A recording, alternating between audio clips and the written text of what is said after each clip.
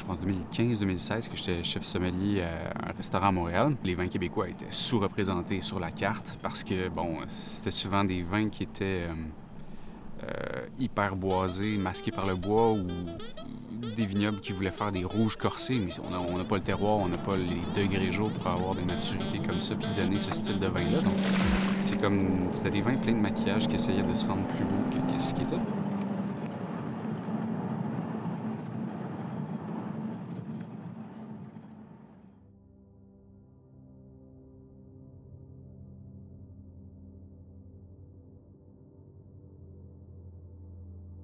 Une journée de congé, j'ai pris ma voiture, je me suis dit, je vais faire les vignobles que je sais, que j'estime, puis ils font des belles choses. Fait que je m'étais pointé ici à l'improviste.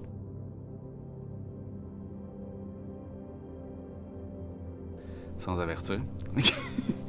Mais Mike m'avait super bien reçu avec Véro, puis...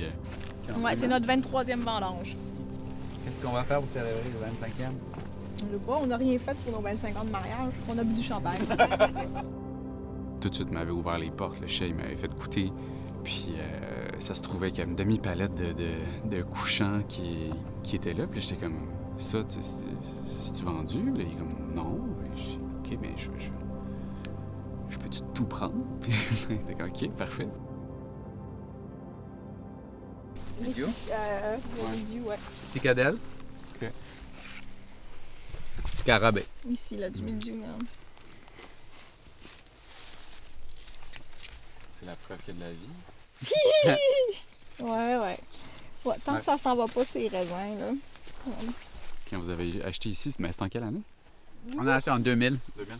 Les vignes étaient plantées en 91. Par un... Français, un Savoyard, fils de vigneron. Ah ouais. Une fois qu'on a eu signé Ouais. l'offre de vente, la première chose, l'offre d'achat, whatever, la première chose qu'il nous a dit, il a dit, il faut que vous arrachiez la parcelle de Chardot parce que ça marche pas, en fait. Ça produit pas. On était là, non, on a acheté parce qu'il y a du Chardot. Le Chardonnay, c'est le plus grand cépage du monde. Il n'y en avait pas avant les pervenches. Il y en avait un peu, mais ça réussissait Il n'y en avait pas.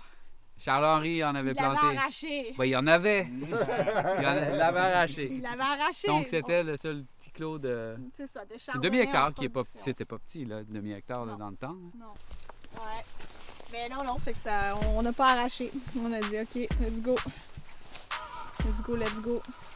Puis on a commencé à en replanter en 2003 en plus, les rosiers. On a commencé à... Là, ça marchait, puis on a dit go.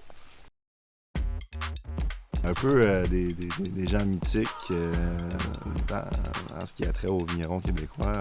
C'est sans aucun doute un vignoble c'est pas mal mythique d'importance au Québec. Donc, je pense que c'est le côté artisanal qui vraiment nous parle. C'est ce qu'on aime à l'origine puis dans tout le groupe Latanière. Ça fait juste donner envie d'être ambassadeur du produit, de faire vivre vos clients aussi. Puis ça se trouve aussi à être très bon.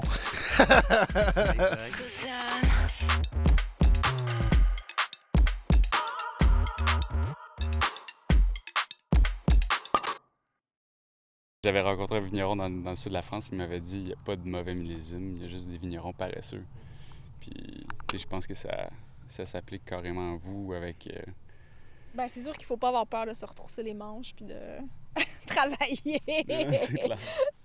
Peut-être on peut aussi dire que, moi je pense que chaque terroir est bon si la vigne est contente dessus. Donc, il va juste avoir son originalité si on travaille avec les cépages qui sont adaptés et avec les méthodes de vinification adaptées aussi. Fait que ça, on réalise aussi au Québec. On goûte des trucs qui sont originales, pleins de vivacité.